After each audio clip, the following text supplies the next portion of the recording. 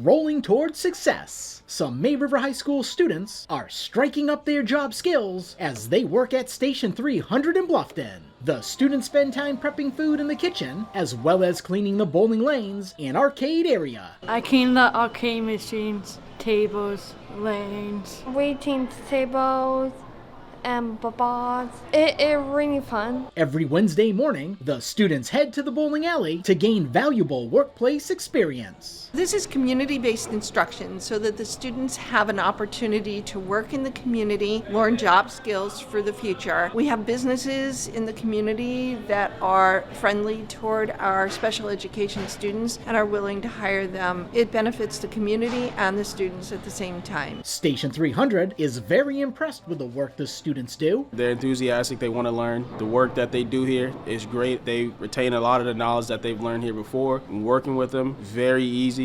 Me specifically, I've worked with 2 of the students myself. When they're in the bag, they know what they're doing. I can give them a task and they can do it. And they may ask 1 or 2 questions, but they're great at what they're doing. One of the seniors has even been hired by Station 300, and she's excited for the opportunity. I'm gonna be doing chips, some mushrooms, some chicken wings, some prep work if he has some. She's made a lot of the recipes here. I've given her the book. She's done it perfectly. And with the hiring process and everything else, it was a no-brainer for me. She wants to learn. She wants to do it. She's done excellent in everything I've given her, even during the party season where we have little things that aren't even on the menu. She's learned how to do that. She's done it even coming back weeks later. Certain things that I may ask her to do again, she already knows how to do it. The students spend about 3 hours working at Station 300 once a week, and another group of students spend their Tuesdays working at the Bluffton Family Seafood House restaurant.